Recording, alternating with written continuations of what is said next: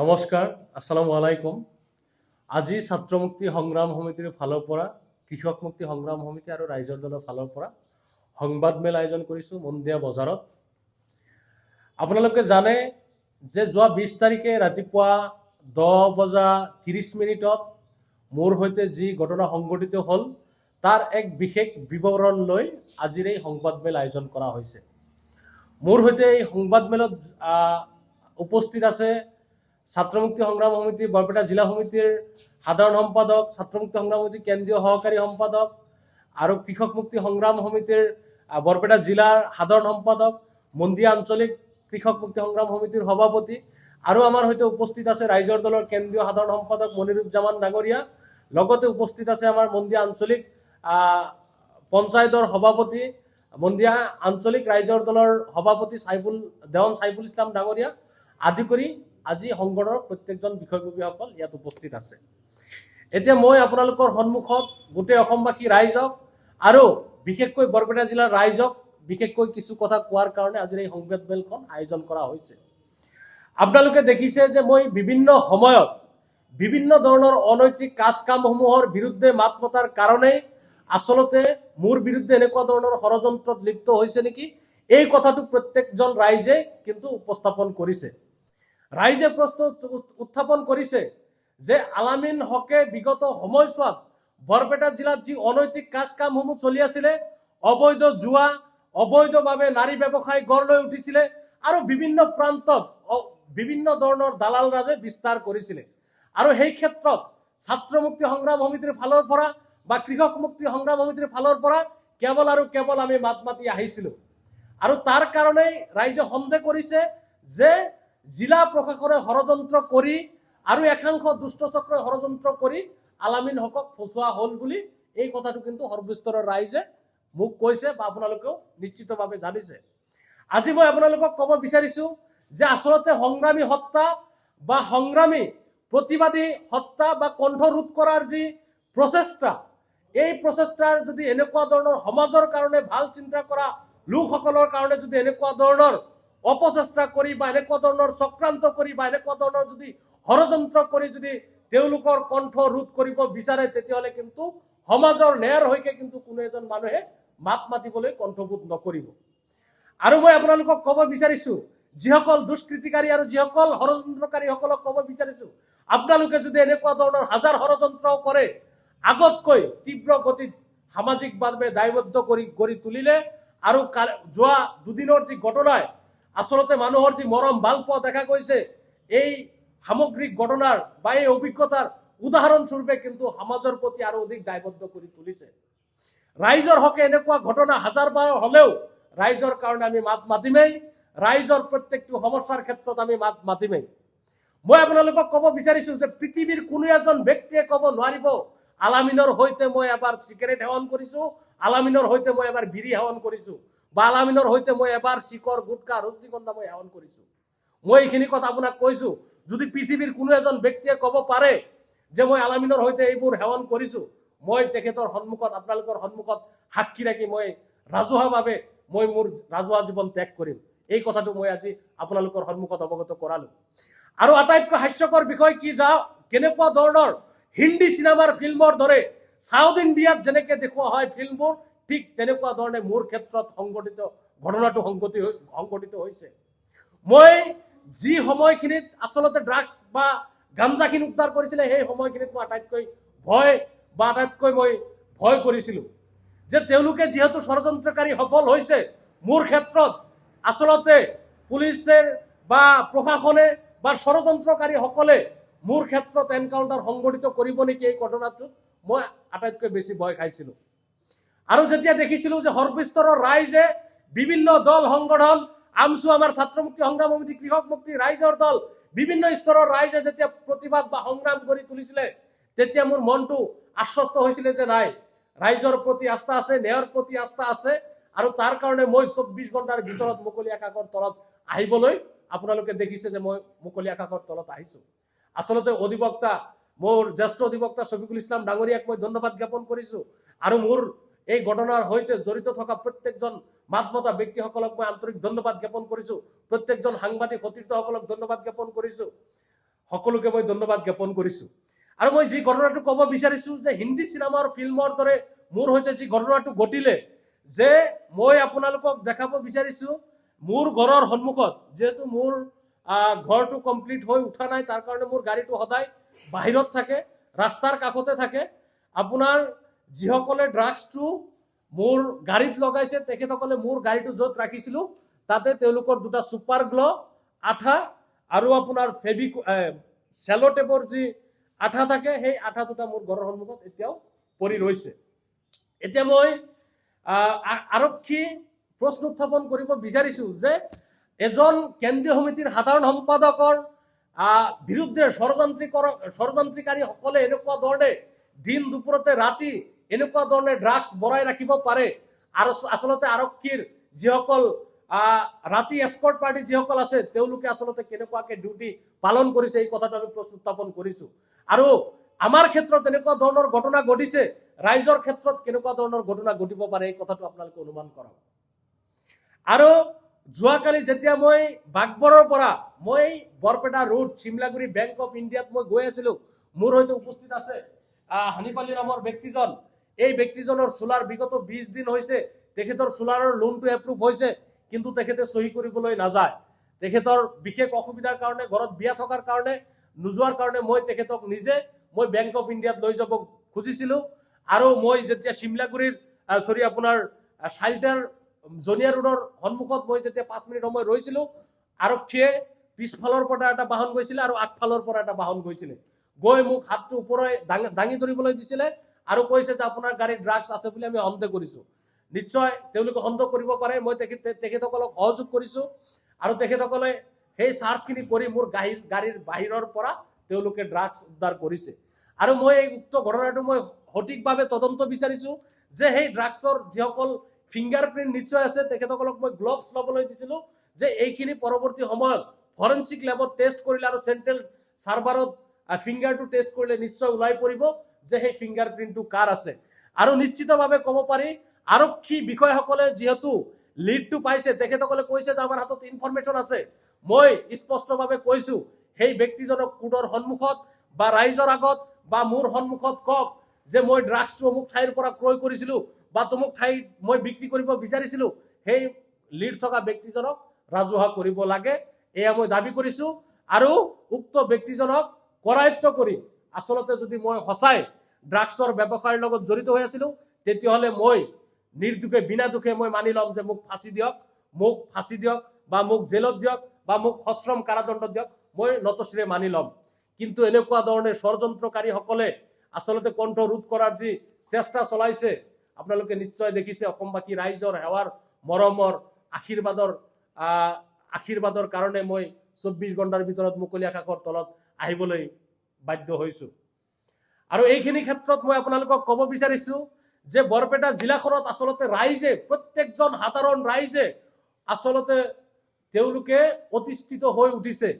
বিভিন্ন প্ৰান্তত আপুনি চহৰ অঞ্চলে যাওক, সেয়া পশ্চিম ফালে যাওক, পূব ফালে যাওক, উত্তৰ ফালে যাওক, প্ৰত্যেকটো থানাই বৰপেটা জিলাত যি দালালৰ উৎপাত হৈছে এই কথাটো কিন্তু ৰাইজে স্পষ্টভাৱে কৈছে। শেহতীয়াকৈ বৰপেটা জিলাত বিভিন্ন ডিষ্ট্ৰিক্টৰ পৰা ভাড়াত আহি দালালসকলে প্ৰত্যেকটো জিলাখনত তেওঁলোকে নেক্সাছ হৈ জড়িত থাকি বিভিন্ন ধৰণৰ কালেকশ্যনৰ চ'ৰ্চ তেওঁলোকে কালেকশ্যন কৰে, এই কথাটো ৰাইজে আমাক জনাইছে। দৰঙৰ পৰা কেইবাগৰাকীও দালাল, তেখেতসকলৰ নাম আৰু ফটো আমি পৰৱৰ্তী সময়ত নেক্সট সংবাদমেলত মই উপস্থাপন কৰিম। আৰু গোৱালপাৰাৰ পৰা 2জন দালাল আৰু বৰপেটাৰ পৰা দালালসকলে আচলতে সাধাৰণ ৰাইজক কিছু সংখ্যক ন্যায় সত্তৰ পদত থাকি যিসকল ব্যৱসায় কৰি আছে সেই ব্যৱসায়িকসকলৰ পৰা লাখ লাখ টকা তেওঁলোকে বিনা দোষত, এনেকুৱা ধৰণৰ বিনা দোষত ফচাই তেওঁলোকৰ পৰা লাখ লাখ টকা তেওঁলোকে উঠাই লৈছে। দালালসকলক ক'বলৈ বিচাৰিছোঁ আপোনালোকক 7 দিন সময় দিছোঁ, 7 দিনৰ ভিতৰত আপোনালোকৰ নাম, কালাৰ, ফটো আৰু এড্ৰেছ সহকাৰে আপোনালোকৰ আৰ্নিং অফ চ'ৰ্চ আৰু আপোনালোকে কোনটো ঘটনাত কি পাৰপছত দালালি কৰিছে মই আপোনালোকক 7 দিন সময় দিছোঁ। 7 দিনৰ ভিতৰত আপোনালোকৰ প্ৰত্যেকৰে কালাৰ, নাম, ফটো থকা আৰু কোন গাড়ী লৈ ক'ত আপোনালোকে গৈ থাকে বিতং তথ্য লৈ আপোনালোকৰ সংবাদমেলৰ আগত মই দাঙি ধৰিম। আৰু আপোনালোকে দৰঙত নাথাকি বৰপেটাত থাকি আপুনি কি কি গাড়ী লৈ ঘূৰে, কেইটা গাড়ী লৈ ঘূৰে, প্ৰত্যেকটো গাড়ীৰ নাম্বাৰ চিচি ফুটেজ দি আপোনালোকক গোটেই অসমবাসী ৰাইজক মই দেখুৱাম। এই কথাটো মই আপোনালোকক কৈছো। লগতে অসমৰ মাননীয় ডিজিপি আপোনাক চকু দিবলৈ কৈছো। হৰমিত সিং ডাঙৰীয়া নিশ্চিতভাৱে ক'ব পাৰে, আজিৰ যি গ্ল'বেলাইজেশ্যনৰ যি সময়ত চৌদি আৰবত যি সময়ত চৌদি আৰব বা আবু ডুবাই বা পৃথিৱীৰ উন্নয়নশীল কাউণ্ট্ৰিসমূহত যেতিয়া সৰু এটা অপৰাধমূলক কোনো ধৰণৰ ঘটনা ঘটে, 12 ঘণ্টাৰ ভিতৰত আপোনাৰ সেই ষড়যন্ত্ৰকাৰীসকল বা যিসকল অপৰাধী আছে তেখেতসকলক কৰায়ত্ব কৰি তেওঁলোকক শাস্তি প্ৰদান কৰে। তেনে সময়ত আপোনাৰ অসমৰ মাননীয় মুখ্যমন্ত্ৰী হিমন্ত বিশ্ব শৰ্মাই কয় যে আমি আচলতে অপৰাধমূলক অসম গঢ়িব বিচাৰো আৰু শ্ৰেষ্ঠ অসম হিচাপে গঢ়িব বিচাৰো, বা অসম ভাৰতবৰ্ষৰ ভিতৰত 5 নম্বৰ ৰাজ্য হিচাপে গঢ় দিব বিচাৰো। তেনে ক্ষেত্ৰত মাননীয় হৰমিত সিং ডাঙৰীয়াক প্ৰশ্ন কৰিব বিচাৰিছো যে বৰপেটা জিলাখনত যি অৰাজকতা চলিছে, ইয়াৰ বিৰুদ্ধে আপোনালোকে আচলতে তদন্ত কৰক আৰু কেনেকুৱা ধৰণৰ অৰাজকতাৰ সৃষ্টি হৈছে এই কথাটো আপোনালোকে প্ৰত্যক্ষ কৰক। গতিকে মই এইখিনি সামৰিছো।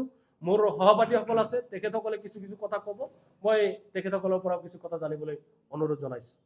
অসমীয়া মানুহৰ বা অসমৰ ৰাইজৰ বাক স্বাধীনতা খৰ্ব কৰা সৰ্বজন বিদিত প্ৰতিজন মানুহে গম পায় যে অসমৰ মানুহে আজিকালি কথা বন্ধ কৰি, মুখ বন্ধ কৰি বিচৰণ কৰিব লাগে। আৰু মুখ বন্ধৰ যিটো পন্থা, এইটো আটাইতকৈ বৰপেটা জিলাত আমি দেখিবলৈ পাইছোঁ যে সকলো প্ৰতিবাদী কণ্ঠক ৰুদ্ধ কৰাৰ কাৰণে বৰপেটা জিলা প্ৰশাসন বা একাংশ দুষ্ট চক্ৰই সদায় ষড়যন্ত্ৰত লিপ্ত হয়। তাৰ জ্বলন্ত উদাহৰণ আপোনালোকে জানে যে শেহতীয়াভাৱে বৰপেটা জিলাত সংঘটিত বিভিন্ন অপসংস্কৃতি, নাৰী ব্যৱসায়ী চক্ৰ, জুৱা, এইবোৰৰ বিৰুদ্ধে ছাত্ৰ মুক্তি সংগ্ৰাম সমিতিৰ কেন্দ্ৰীয় সাধাৰণ সম্পাদক আলামিন হকে তীব্ৰ প্ৰতিবাদ গঢ়ি তুলিছিল। প্ৰশাসনক বাধ্য কৰি পেলাইছে যে জুৱা বন্ধ কৰাৰ কাৰণে প্ৰশাসনে হেঁচা দিবলৈ বাধ্য হৈছে।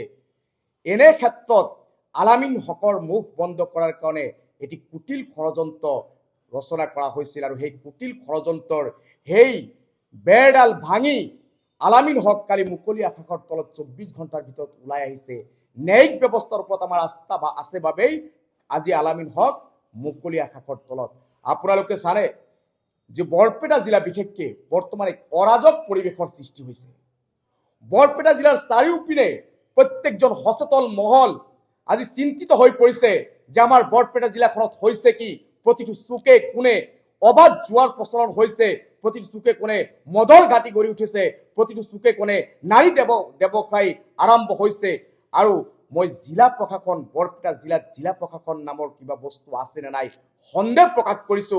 কাৰণ বৰপেটা জিলাত আমি দেখিছো চাৰিওফানে অকল জুৱা, চাৰিওফানে অকল মদৰ আড্ডা, চাৰিওফানে নাৰী দেহৰ লগত জড়িত ব্যক্তিৰ সংখ্যা বাঢ়িছে, নাৰী ব্যৱসায়ী চক্ৰ বিভিন্ন ঠাইত গঢ় লৈ উঠিছে। তেনে ক্ষেত্ৰত মই সন্দেহ প্ৰকাশ কৰিছো, যদি বৰপেটা জিলা প্ৰশাসন ইয়াৰ পৃষ্ঠপোষকতা নকৰে, কেনেকৈ মুকলিভাৱে অপেন জুৱা চলাব পাৰে একাংশ দুষ্ট চক্ৰই, কেনেকে নাৰী দেহ চক্ৰ গঢ়ি উঠিব পাৰে, কেনেকে মদৰ আড্ডা হ'ব পাৰে। বৰপেটা জিলাত জিলা প্ৰশাসন নাই, আৰু যদি আছে তেনেহলে তেওঁলোকৰ পৃষ্ঠপোষকতাত এইবোৰ চলি আছে। নহলে যদি জিলা প্ৰশাসনৰ পৃষ্ঠপোষকতা চলা নাই, কিয় এই অপেন এইবোৰ কুকাণ্ড, এইবোৰ কুসংস্কৃতি গঢ় লৈ উঠিছে।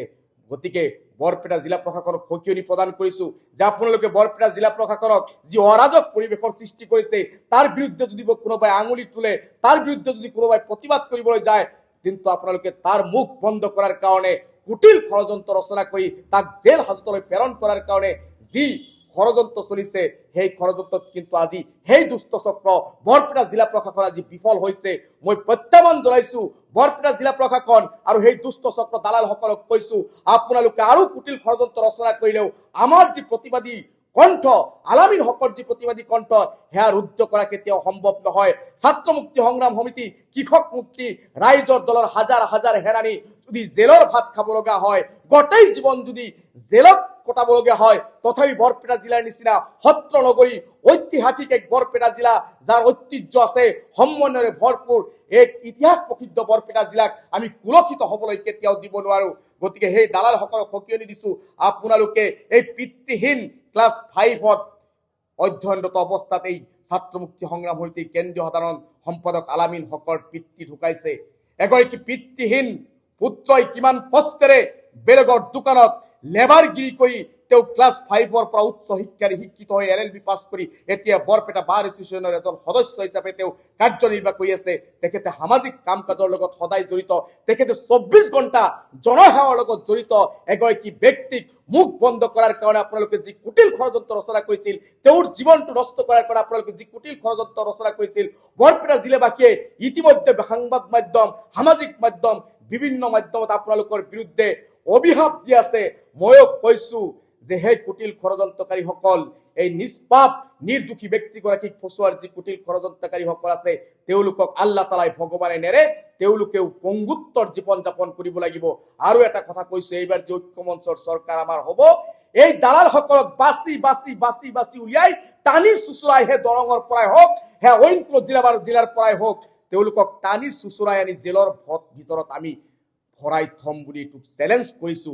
বৰপেটা জিলাত দালালি কৰিবলৈ দিয়া নহব, বৰপেটা জিলাত জুৱা বহুৱাবলৈ দিয়া নহব, বৰপেটা জিলাত মদৰ আড্ডা বহুৱাবলৈ দিয়া নহব, বৰপেটা জিলাত নাৰী দেহ ব্যৱসায় চলাব দিয়া নহব, বৰপেটা জিলাত পৰিৱেশ আমি বিনষ্ট কৰিবলৈ দিব নোৱাৰো। কাৰণ এইখন হৈছে সত্ৰ নগৰী বৰপেটা, বৰপেটাৰ মান মৰ্যাদা কোনোবাই বিনষ্ট কৰিব বিচাৰিব, সেইটো আমি কেতিয়াও সহ্য নকৰো। সেই বৰপেটা জিলা প্ৰশাসন হওক, অসম চৰকাৰ হওক, আমি কাৰো ভ্ৰূক্ষেপ নকৰো। এইবোৰৰ বিৰুদ্ধে আমি অনাগত ভৱিষ্যতেও তীব্ৰ প্ৰতিবাদ কৰিম।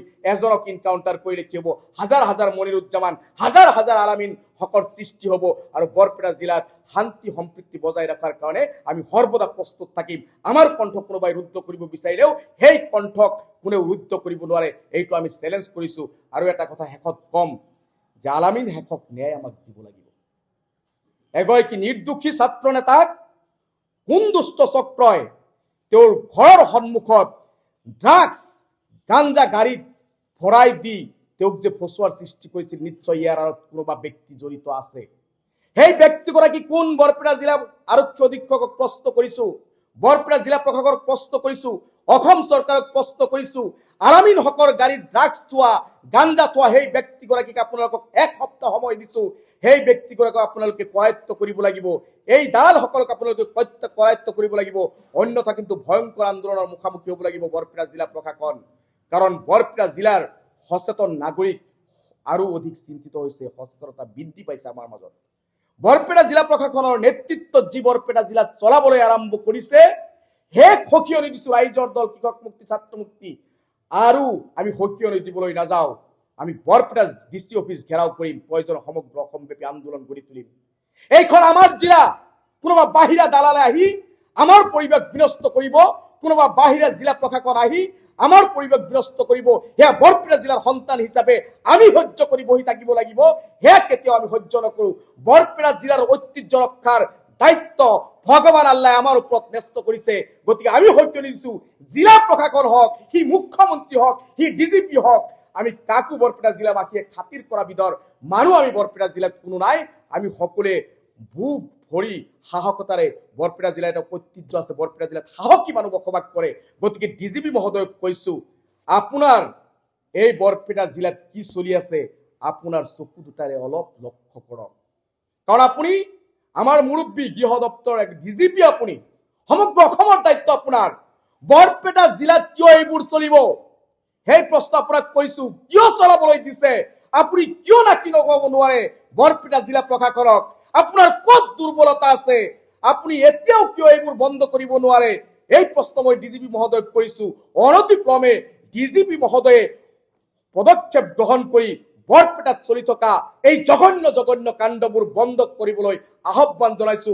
আৰু যদি 1 সপ্তাহৰ ভিতৰত এইবোৰ বন্ধ নহয়, অসমব্যাপী ৰাইজৰ দল, কৃষক মুক্তি, ছাত্ৰ মুক্তি, আমছু সমস্ত অসমব্যাপী দল সংগঠন একত্ৰিতভাৱে এই গণ আন্দোলন গঢ়ি তুলি হলেও আমি এইবোৰ বন্ধ কৰিবলৈ বাধ্য কৰিম। কাৰণ নৱপ্ৰজন্ম ধ্বংস কৰি পেলাইছে এই প্ৰশাসনটোৰ নেতৃত্বত, একাংশ দালাল চক্ৰৰ নেতৃত্বত। সাধাৰণ হুঠাম চেহেৰাৰ যুৱকসকলৰ হাতত ড্ৰাগছ তুলি দিছে দুষ্ট চক্ৰই, মদৰ বটল তুলি দিছে, নাৰী চক্ৰৰ লগত আমাৰ সাধাৰণ যুৱকক জড়িত কৰাই পেলাইছে। আমাৰ যুৱকসকলৰ জীৱন ধ্বংস কৰি জুৱাৰ লগত তেওঁলোকক বহুৱাই দিছে, জুৱাৰী বনাই দিছে।